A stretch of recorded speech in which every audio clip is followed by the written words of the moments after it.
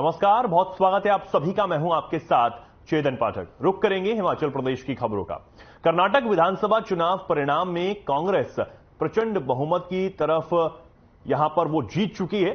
कांग्रेस की जीत पर हिमाचल प्रदेश के सीएम सुखविंदर सिंह सुक्खू ने कर्नाटक के नेतृत्व और केंद्रीय आलाकमान को शुभकामनाएं दी। उन्होंने इस जीत का श्रेय सोनिया गांधी, राहुल गांधी और प्रियंका गांधी को दिया। वहीं सीएम ने कहा कि कर्नाटक के लोग जो बदलाव चाह रहे थे वो बदलाव आज हो गया है। गौरतलब है कि हिमाचल प्रदेश के सीएम सुखविंदर सिंह सुक्खू ने भी बतौर स्टार प्रचारक कर्नाटक विधानसभा चुनाव में प्रचार किया था।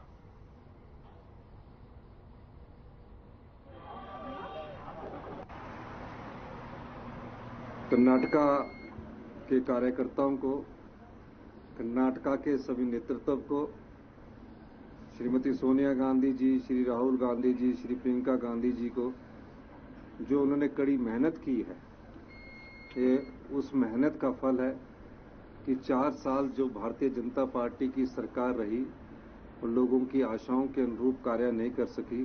और कर्नाटका की जनता ने, जब हम कर्नाटका गए हुए थे, ये मन बनाया हुआ है था कि इस बार वो कांग्रेस के पक्ष में खड़े होंगे।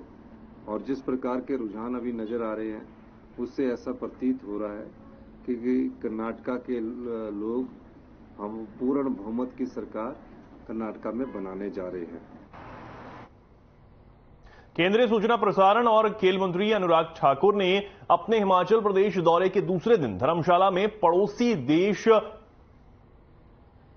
पाकिस्तान में बिगड़ती स्थिति को लेकर कहा कि कोई देश नहीं चाहता कि उसका पड़ोसी मुल्क इस हालात में हो और उसमें बद से बदतर हालात होते जाएं। उन्होंने कहा कि यह बेहद दुर्भाग्यपूर्ण है। वहीं केंद्रीय मंत्री ने उप मुख्यमंत्री मुकेश अग्निहोत्री के प्रदेश बीजेपी पर दिए बयान को लेकर पलटवार किया। उन्होंने कहा कि उनकी हालत अपने दल में क्या है यह आज प्रदेश के सामने पता चल चुका है और इसलिए मुकेश अग्निहोत्री मजबूरी में इस तरह के बयान दे रहे हैं।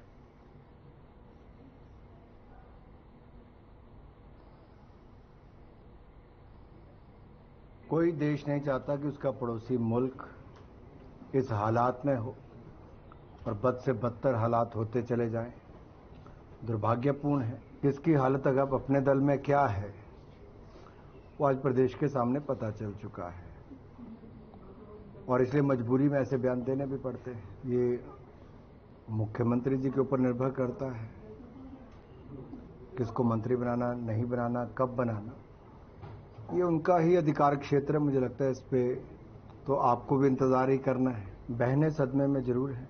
1500 रुपये महीना खाते में आना था, 6 महीने होने को आए, 9000 रुपये अभी तक खाते में नहीं आए। सदमा तो है बहनों को, लेकिन शायद ये सरकार उनकी आवाज़ को सुन नहीं पा रही है। लेकिन जब उनका समय आएगा तो वोट की चोट लेंगे।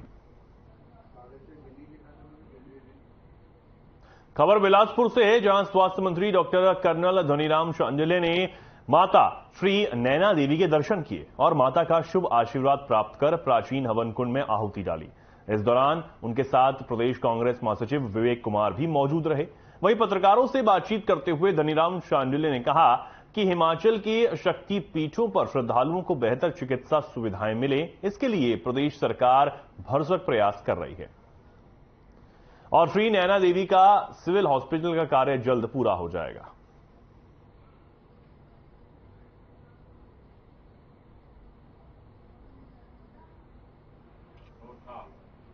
आते आते ये निरीक्षण कर ही रहा था कि काफ़ी बीच में गैप हो गया है। राजा धीरेन्द्र सिंह जब हमारे मुख्यमंत्री थे तो उन्होंने शायद ये हमारा जो है शिलान्यास किया था और इन्हीं कारणों से बीच में गैप रहा, इसी से सरकार नहीं कर सकी। परंतु हम इन सब जितने भी ऐसे पेंडिंग, जितने भी हमारे खासकर स्वास्थ्य संबंधी जहाँ जहाँ भी है, मैं सवेरे नर्सिंग कॉलेज में भी गया था।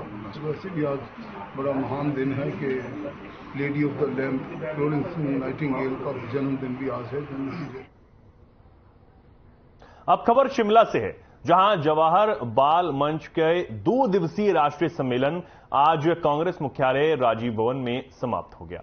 सम्मेलन की समाप्ति पर कांग्रेस सरकार के लोक निर्माण मंत्री विक्रमादित्य सिंह और पंचायती राज मंत्री अनिरुद्ध सिंह शामिल हुए। 2 दिन के सम्मेलन में 21 राज्यों के 151 डेलीगेट्स ने हिस्सा लिया। इस मौके पर विक्रमादित्य सिंह ने कहा कि कांग्रेस की विचारधारा जो देश की विचारधारा है उसे बच्चों तक पहुंचाना जरूरी है, लेकिन आज संविधान की धज्जियां उड़ाई जा रही हैं।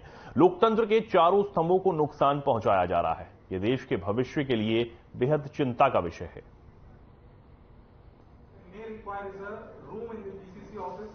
जवाहर बाल मंच का राष्ट्रीय सम्मेलन हमारे हिमाचल प्रदेश की राजधानी शिमला के राजीव भवन में हो रहा है। इस सम्मेलन में पूरे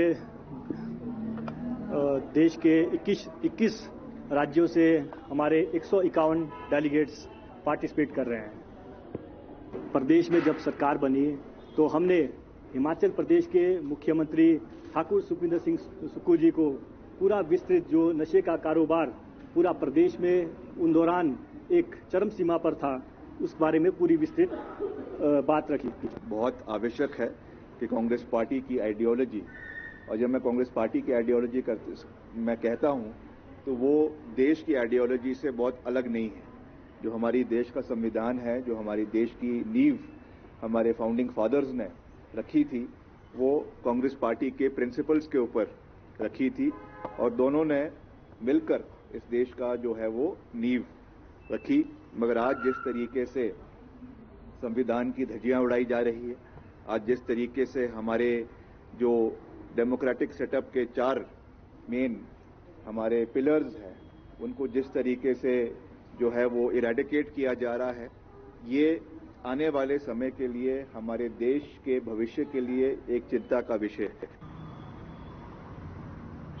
दिल्ली में प्रदर्शन कर रही महिला कुश्ती खिलाड़ियों के समर्थन में अब पूर्व आईएएस अधिकारी दीपक सानन भी सामने आ गए हैं। शिमला में सेवानिवृत्त आईएएस अधिकारी ने महिला कुश्ती खिलाड़ियों के समर्थन में राष्ट्रपिता महात्मा गांधी की प्रतिमा के सामने मौन प्रदर्शन किया। वहीं दीपक सानन ने भारतीय कुश्ती संघ के अध्यक्ष ब्रजभूषण शरण सिंह पर कार्रवाई न करने को राजनीतिक मंशा करार दिया है। धरने में पूर्व उप महापौर टिकेंद्र पवार सहित सेवानिवृत्त कर्मचारियों और स्थानीय लोगों ने मौन प्रदर्शन कर केंद्र सरकार के प्रति रोष व्यक्त किया।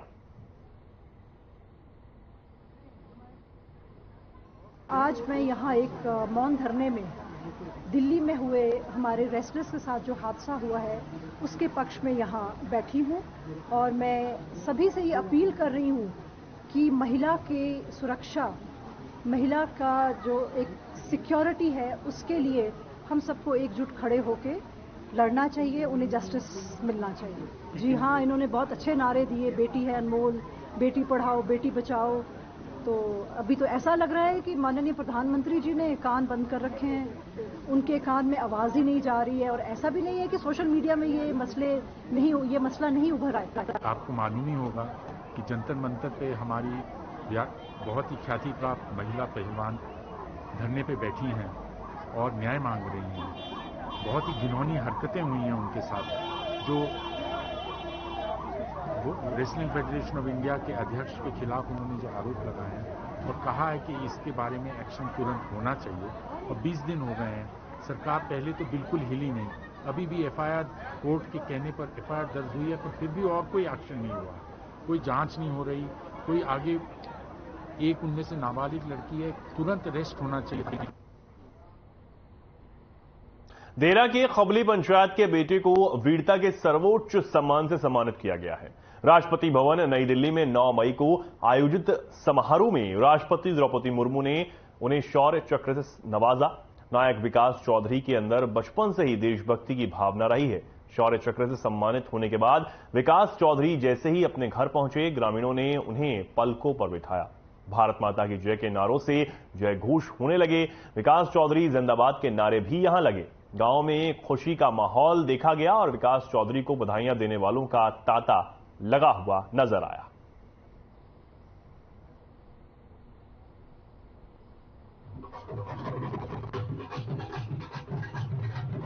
मैं पिछले साल जम्मू कश्मीर के अनंतनाग जिले में तैनात था।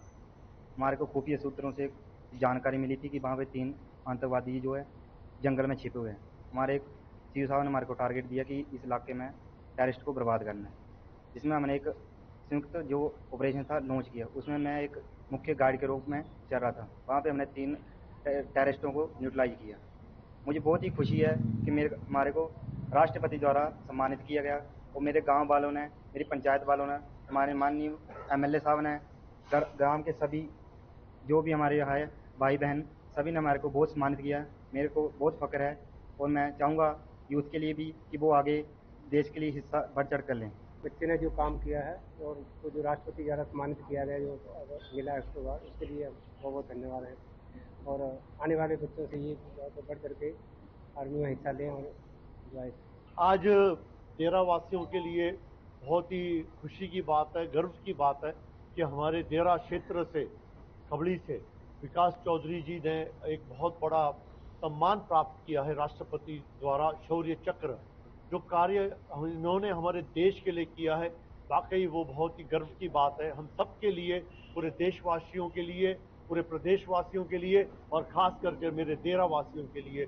हमें बहुत आज फक्र है, गर्व है कि हमारे देरा ने ऐसे सपूत पैदा किए जिन्होंने देश की रक्षा के लिए आतंकवादियों का ढेर किया, उन्हें मार गिराया और देश को बचाया। आज हमारे गांव वासियों, खबड़ी पंचायत वो विधानसभा के लिए बहुत ही गर्व की बात है कि मेरे भतीजा ही शौर्य चक्र प्राप्त किया है। अपनी जान की परवाह न करते हुए दुश्मनों को ढेर किया, इसके लिए उनको राष्ट्रपति द्वारा शौर्य चक्र से सम्मानित किया है। उसके लिए मैं विकास चौधरी के माता पिता और दादा दादी को बधाई देता हूँ और इलाका वासियों को बहुत बहुत। फिलहाल के लिए खबरों में इतना ही। नमस्कार।